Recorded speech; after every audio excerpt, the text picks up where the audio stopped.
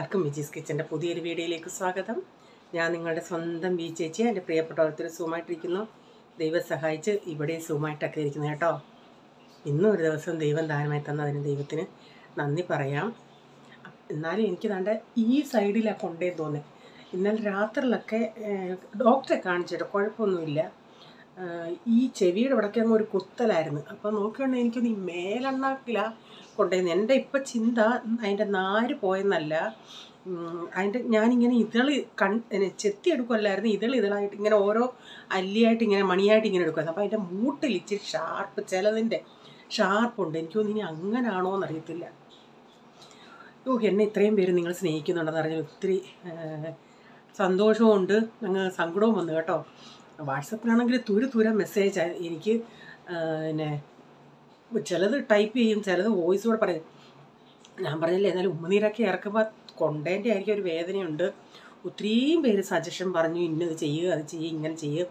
കുറേ പേർക്ക് ഇങ്ങനെ അനുഭവം ഉണ്ടായിട്ടുണ്ട്. അപ്പം ലതയാണോ പറഞ്ഞതെന്ന് തോന്നും. ചേച്ചി പറഞ്ഞത് കാര്യമായിപ്പോയി. എങ്ങനെ എല്ലാവരും ഈ കോൺ വാങ്ങിക്കുന്നവരെ ചിലപ്പോൾ എടുത്തിങ്ങനെ വായിയിടും. നമ്മുടെ സ്വഭാവമല്ലേ.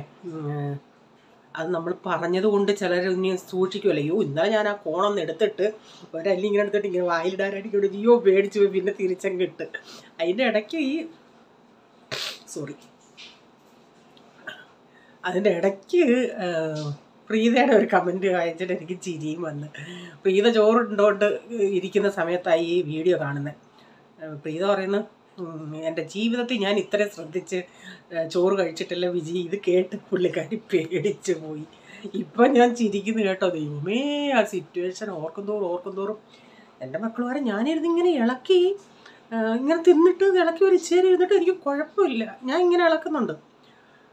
പിന്നെ കാണാം എൻ്റെ കണ്ണെല്ലാം അങ്ങ് ഇരുട്ട് കയറി അങ്ങ് വല്ലാതായിപ്പോയി. അപ്പോഴത്തേക്കിനങ്ങ് വിയർത്ത് കുളിച്ച് എനിക്കൊന്ന് ആ നാളത്തിൻ്റെ അവിടോട്ടെങ്ങനെ പോയായിരുന്നോ എന്ന് അറിയത്തില്ല. മനുഷ്യൻ്റെ ഒരു നിമിഷം മതിയേ ദൈവമേ എന്തൊക്കെ സംഭവിക്കാം. അതുകൊണ്ട് ദൈവം സഹായിച്ചു എന്ന് പറഞ്ഞാൽ മതി. കൂടുതൽ ദൈവത്തെ വിളിക്കാനായിരിക്കാം. എന്നാലും ഇന്നലെ ഉച്ചയ്ക്ക് വരുമ്പോഴും ഫുഡ് കഴിക്കുമ്പോൾ എനിക്ക് പ്രശ്നം ഉണ്ടായിരുന്നു. പക്ഷേ രാത്രിയിലൊക്കെ ആയപ്പോൾ കുഴപ്പമില്ല. അമ്മയാണേലും ബിൻസി ആണെങ്കിൽ പാതിരാത്രിക്ക് പിന്നെയും വിളിച്ച് എങ്ങനെയുണ്ടെന്ന് ചോദിച്ച്. നേരം വീട്ടിലുള്ളവരും എല്ലാവരും പേടിച്ചു, കൊച്ചുങ്ങളും പേടിച്ചു പോയി, എല്ലാവരും പേടിച്ച് ഒരവസ്ഥയായിപ്പോയി. അതുകൊണ്ട് എല്ലാവരും ശ്രദ്ധിക്കണം കേട്ടോ. നമ്മൾ ഈ തേങ്ങയാന്നേലും, ഈ ഉണക്കത്തേങ്ങയാന്നേലും അതൊക്കെ എനിക്കിങ്ങനെ വന്നിട്ടുണ്ട്. ഈ ഉണങ്ങിയ തേങ്ങ എടുത്താൽ കൂടെ നമ്മൾ തിന്നുമ്പോഴും ചിലപ്പോൾ ഇങ്ങനെ നെറുകയിലൊക്കെ പോവും. ആരും വീട്ടിലില്ലാത്ത അവസ്ഥയാണെങ്കിൽ ഓർക്കാനൊക്കത്തില്ലേ കർത്താവേ. ഇന്നത്തെ വീഡിയോ എന്ന് പറയുന്നത്, ഞാൻ ഈ സംഭവത്തിന് മുമ്പിട്ടെടുത്ത് വെച്ച വീഡിയോയാണ്. അപ്പം ഞാൻ ഇന്നലെ പിന്നെ അതിൻ്റെ കൂടെ അന്ന് സംഭവം നടന്ന വീഡിയോ കിട്ടുന്നേ ഉള്ളൂ. എപ്പോഴും എനിക്കൊരു വീഡിയോ പെൻഡിങ് കാണും. തലേന്നത്തെ വീഡിയോ അല്ലേ നമ്മൾ ഇടുന്നത്. അപ്പോൾ ആ ദിവസത്തെ വീഡിയോ ഇന്ന് കാണിക്കുന്നേ. ഓക്കെ. പിന്നെ പ്രീത പറഞ്ഞായിരുന്നു ടിഫിന് ബ്രെഡോ ജാമോ എങ്ങാണം കൊടുത്താൽ പോരായിരുന്നു എന്ന്. ഇവൻ ബ്രെഡ് വാങ്ങിച്ചത് സ്റ്റോക്ക് ഇല്ലായിരുന്നു.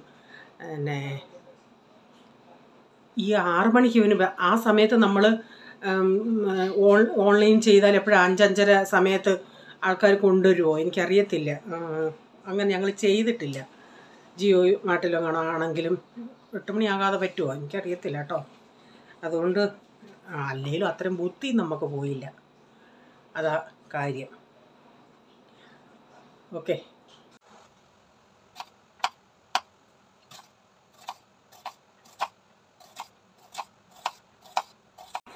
അപ്പം ഞാനാണെങ്കിൽ ഇന്ന് ബ്രേക്ക്ഫാസ്റ്റ് ചെയ്യുന്നത്, ഇത് പോൾമോൻ ചെയ്യുന്നത് രീതി എന്നെ കഴിവൊരു ദിവസം അവന് വൈകിട്ട് വിശക്കെന്ന് പറഞ്ഞിട്ടുണ്ടെങ്കിൽ അവൻ തന്നെത്താൻ ബ്രെഡ് എടുത്ത് ഇങ്ങനെ ചെയ്യുന്ന കണ്ടേ. അപ്പം ഞാനും അന്നേരം ഇന്ന് അതുപോലെ ചെയ്യുന്നത്. പക്ഷെ അവനുണ്ടാക്കിയിട്ട് എനിക്കും കൊണ്ട് തന്നു. നല്ല ടേസ്റ്റായിരുന്നു കേട്ടോ.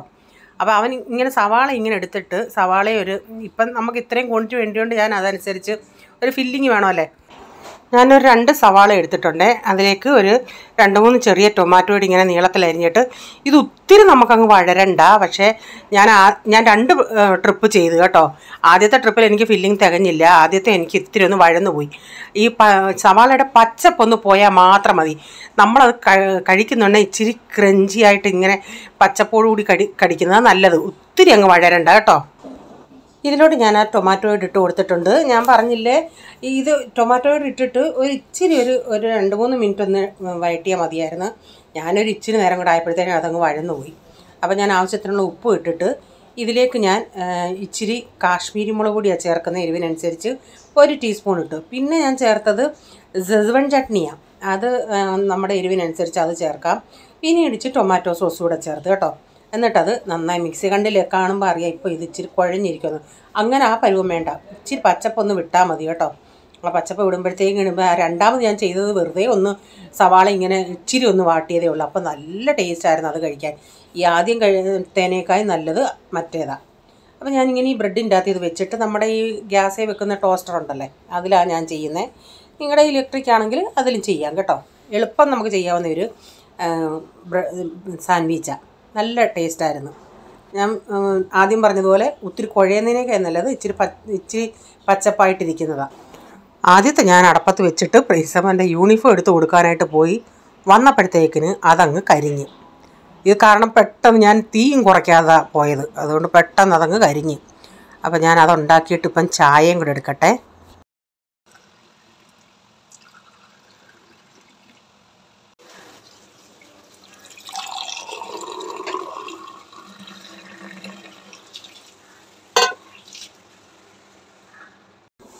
അപ്പം മീനില്ല എന്ന് പറഞ്ഞിട്ട് ഇതിപ്പം തിങ്കളാഴ്ചത്തെ വീഡിയോയാണ്. റേച്ചാൻ സൺഡേ പോയി മീൻ നോക്കുകയാണെങ്കിൽ ഇവിടെ ഇരിക്കുന്ന ആൻറ്റിമാരുണ്ടല്ലേ അവിടെ ഒരു സ്ത്രീയുടെ ഇരിപ്പുണ്ടായിരുന്നു. ഇത് ഞങ്ങൾ അന്ന് പറഞ്ഞായിരുന്നു സൺഡേ നമുക്ക് മലാടിലൊന്ന് പോകാമെന്ന്. അപ്പം ഞാൻ പറയില്ല ഭയങ്കര മഴയായിരുന്നെന്ന്, അതുകൊണ്ട് പോയില്ല. പക്ഷേ മലാടി പോയായിരുന്നെങ്കിൽ നമുക്ക് ഇവരുടെ ഇപ്പം ഈ 3 എണ്ണത്തിന് അവർ 600 രൂപ പറഞ്ഞു. നമുക്ക് മലാടിലാണെങ്കിൽ അതൊരു 400 രൂപയ്ക്കൊക്കെ കിട്ടിയതിനായിരുന്നു. അപ്പം 3 എണ്ണം റേച്ചാൻ വാങ്ങിച്ചുകൊണ്ട് വന്നു. അപ്പോൾ ഒരെണ്ണം ഞാൻ എടുത്തു. പക്ഷേ എനിക്കൊരു ഡൗട്ട് ഉണ്ടായിരുന്നു, അയ്യോ ടേസ്റ്റ് കാണുമോ എങ്ങനെയാണെന്നൊക്കെ ഉള്ളത്. പക്ഷേ കറി വെച്ചോണ്ടേ നല്ല ടേസ്റ്റ് ഉണ്ടായിരുന്നു കേട്ടോ. ആദ്യം ഞാൻ മൊത്തത്തിൽ തൊലി ഇരിക്കാൻ നോക്കിയിട്ട് പറ്റിയില്ല. പിന്നെ ഞാൻ വെട്ടി ഉടനെ ഒരു ഇച്ചിരി അലന്നളന്ന് പോകുന്ന പോലെ തോന്നി. അപ്പോൾ എനിക്കൊരു ഫ്രഷ് അല്ലെന്നുള്ളൊരു ചിന്തയായിരുന്നു. പിന്നെ ഞാനതിങ്ങനെ പീസാക്കിയിട്ട് ഇങ്ങനെ തൊലി കളഞ്ഞു. എങ്ങനെയാണെങ്കിലും വെട്ടിയെടുത്തു.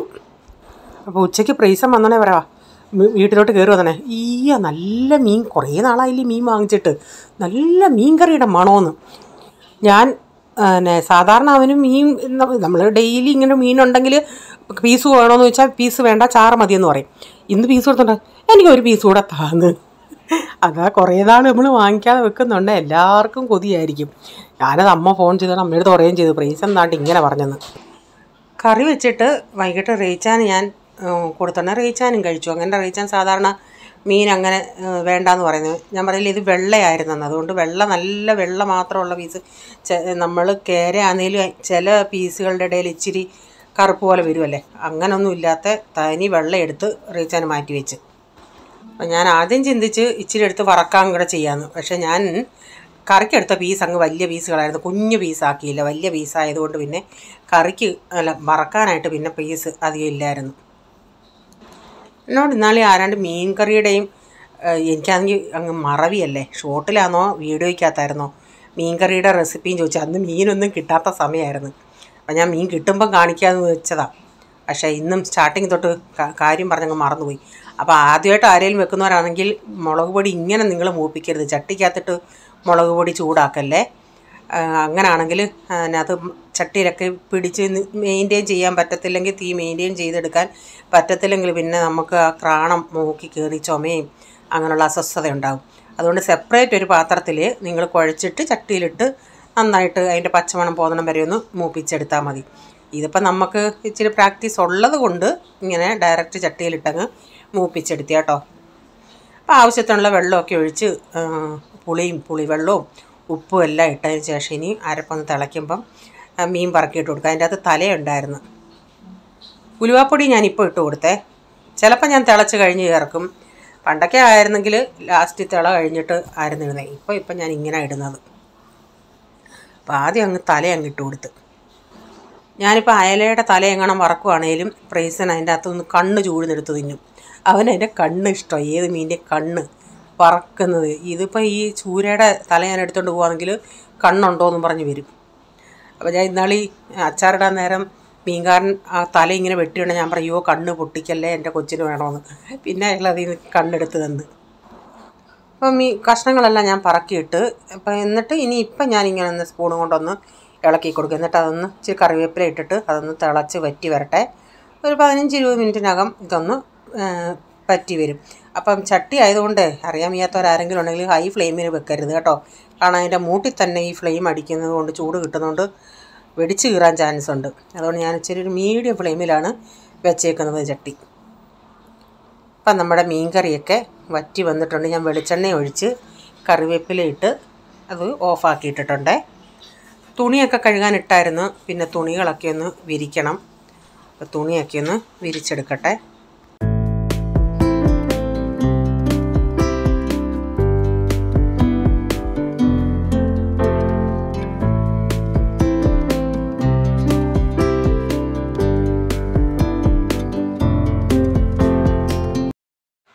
ഇപ്പം സാധനം ഇച്ചിരി വാങ്ങിച്ചതാ. പാസ്ത അതുകൊണ്ട് ദൈവമേ, തേങ്ങ നോക്ക്, 40 രൂപ. 3 എണ്ണം പറഞ്ഞായിരുന്നല്ലോ. 3 എണ്ണം.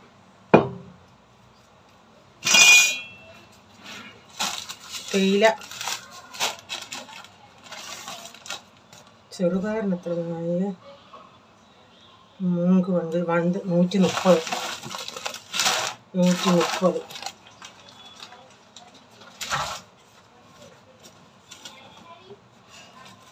തലേ തൂക്കാൻ പാരച്ചൂട്ട്. വെജിറ്റബിൾ ഓയിൽ, ഉരുളൻകിഴങ്ങ്, പഞ്ചസാര 46 രൂപ.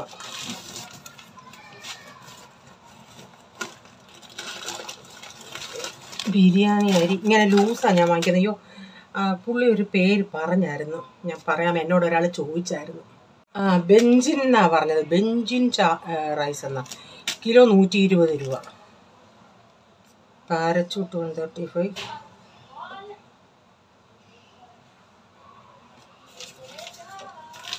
നമുക്ക് ഇത്രയേ ഉള്ളൂ.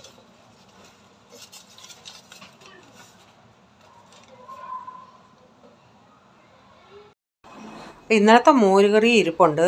അപ്പോൾ ഇനി തോരൻ വെക്കണമായിരുന്നു. അപ്പം ഞാൻ തോരൻ വെക്കുന്നത് കുറച്ച് കോവയ്ക്ക ഉണ്ടായിരുന്നു. അപ്പം ക്യാരറ്റ് പ്രാവശ്യം പച്ചക്കറിക്ക് പോകണേ ഞാൻ പറഞ്ഞില്ലേ, പച്ചക്കറിയൊന്നും അങ്ങനെ ഇല്ലായിരുന്നു. കാവേജും ക്യാരറ്റും ബീട്രൂട്ടും അതൊക്കെ കിട്ടിയുള്ളൂ. അല്ലാതെ ബീൻസോ പയറോ അങ്ങനെയുള്ള ഒന്നും ഇല്ലായിരുന്നു. അന്നേരം ക്യാരറ്റ് 1 കിലോ വാങ്ങിച്ചായിരുന്നു. അപ്പം ഞാൻ എല്ലാത്തിൻ്റെ അകത്തും ഈ ക്യാരറ്റ് കൂടെ അങ്ങ് അരിഞ്ഞ് ചേർക്കും. കാവേജിൻ്റെ അകത്തായിരുന്നേലും പടവലങ്ങയ്ക്കകത്താണെങ്കിലും ഇപ്പം ഈ കോവയ്ക്കകത്തും. അപ്പോൾ ഒരു പ്രത്യേക ടേസ്റ്റും കിട്ടും, നമുക്ക് കുറച്ച് ക്വാണ്ടിറ്റിയും കിട്ടും. അതുകൊണ്ട് ഇന്ന് ഞാൻ കോവയ്ക്കയും ക്യാരറ്റും കൂടാണ് തോരൻ വെക്കുന്നത്. സവാളയും കറിവേപ്പിലയും ഒന്ന് വഴറ്റിയതിന് ശേഷം കുറച്ച് തേങ്ങയുള്ളായിരുന്നു തിരുമിയത്, അതുകൂടെ ഇട്ട് കൊടുത്തിട്ടുണ്ട്. തേങ്ങയൊക്കെ 10-40 രൂപ കൊടുത്ത് വാങ്ങിക്കുന്ന തേങ്ങയാണെങ്കിലും ഒരു ഉൾക്കട്ടിയില്ല. ചിലപ്പോൾ കിട്ടുന്നത് പന്നലുമായിരിക്കും.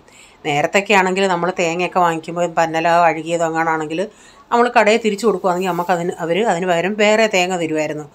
ഇപ്പോൾ അവർക്കും അങ്ങനെ തേങ്ങ അവരെവിടെ നിന്നാണ് എടുക്കുന്നതെന്ന് വെച്ചാൽ അവർ ചേഞ്ച് ചെയ്ത് കൊടുക്കത്തില്ല. അതുകൊണ്ട് നമുക്കും അവർ ചേഞ്ച് ചെയ്ത് തരത്തില്ല. അതുകൊണ്ടെല്ലാം നഷ്ടം. തേങ്ങ കിട്ടിയാലായി, കിട്ടിയില്ലേലായി. അതുകൊണ്ട് പേരിന് വേണ്ടി ഇടാനേ ഇപ്പം തേങ്ങയൊക്കെ ഉള്ളു. അപ്പോൾ ആ തിരുമിയ തേങ്ങ ഞാനൊരു ഇച്ചിരി ഇട്ടിട്ടുണ്ട്. അതുകൊണ്ടാണ് ഞാൻ ഇച്ചിരി സവാള കൂടുതൽ അരിയുന്നത്. അപ്പോൾ ഞാൻ ഇതിൻ്റെ അകത്ത് ആവശ്യത്തിനുള്ള ഉപ്പ് ഇട്ടിട്ട് നന്നായി മിക്സ് ചെയ്തിട്ട്, വെള്ളമൊന്നും ചേർക്കേണ്ട ആവശ്യമില്ല. പക്ഷേ ഈ ചീനച്ചട്ടി ഇച്ചിരി അടിക്കട്ടി ഉള്ളതായതുകൊണ്ട് അടിക്ക് ഇച്ചിരി പിടിക്കുന്ന പോലെ തോന്നി. അതുകൊണ്ട് ഞാൻ ഈ സ്പൂണിൻ്റെ അകത്ത് ഒരു ഇച്ചിരിയും കൂടെ വെള്ളം ഒഴിച്ച്. അപ്പോൾ അടിക്കട്ടി ഇല്ലാത്തതാണെങ്കിലും ഒഴിക്കേണ്ട. കാരണം ഈ കോവയ്ക്കകത്തൊന്നും വെള്ളം ഇറങ്ങും, നമ്മുടെ ക്യാരറ്റിൻ്റെ അകത്തൊന്നും ഇറങ്ങും. അതുകൊണ്ട് അടിക്ക് പിടിച്ചതുകൊണ്ട് ഞാൻ ഇച്ചിരി ഒഴിച്ചതാണ്. എന്നിട്ട് ഇങ്ങനെ ഒതുക്കി ചെറിയ തീയിൽ അവിടെ ഇട്ടേക്കും. കുറച്ച് കഴിയുമ്പം നമ്മുടെ തോരനൊക്കെ അടിപൊളി റെഡിയായിട്ട് കിട്ടും. അപ്പോൾ ഇച്ചിരി നേരം കഴിഞ്ഞാണ് നമ്മുടെ തോരനൊക്കെ ഇവിടെ റെഡി ആയിട്ടുണ്ട്. അങ്ങനെ ഉച്ചയ്ക്ക് ഞാൻ ആ തല എടുത്ത് കഴിച്ചു. തല എടുത്തപ്പോഴത്തേക്കിന് ചട്ടി പകുതിയായി. അപ്പോൾ അതിൻ്റെ അകത്ത് കിടക്കുന്ന ആ വലിയ വാലുണ്ടല്ലേ, അത് നമ്മുടെ പ്രൈസം മോനാണ് കഴിക്കുന്നത്. പോളിന് കൊടുത്താൽ അവനും വേണ്ട, ഇവൻ ഇഷ്ടമാണ്. അപ്പോൾ ഇന്നത്തെ വീഡിയോയിലെ വിശേഷങ്ങൾ ഇതൊക്കെയായിരുന്നു. വീഡിയോ ഇഷ്ടമായെങ്കിൽ ലൈക്ക് ചെയ്യണേ. നിങ്ങളുടെ അഭിപ്രായം കമൻറ്റിൽ കൂടെ അറിയിക്കണേ. സബ്സ്ക്രൈബ് ചെയ്യാതെ ആരെങ്കിലും വീഡിയോ കാണുന്നുണ്ടെങ്കിൽ, നിങ്ങൾക്ക് ഈ വീഡിയോ ഇഷ്ടമായി വീണ്ടും ഈ ചാനൽ കാണണമെന്ന് ആഗ്രഹമുണ്ടെങ്കിൽ ഒന്ന് സബ്സ്ക്രൈബ് ചെയ്തിട്ട് ബെല്ലൈക്കോട്ടനോട് പ്രസ് ചെയ്യുകയാണെങ്കിൽ ഓൾ എന്നൊരു ഓപ്ഷൻ വരും. അതോടെ പ്രസ് ചെയ്യുകയാണെങ്കിൽ ഞാനെന്ന വീഡിയോയുടെ നോട്ടിഫിക്കേഷൻ നിങ്ങൾക്ക് എന്നും വരുന്നതായിരിക്കും. ഇനി ഒരു പുതിയ വീഡിയോയുമായി വരും വരെ bye. God bless you all. Thank you. Take care. Bye. See U.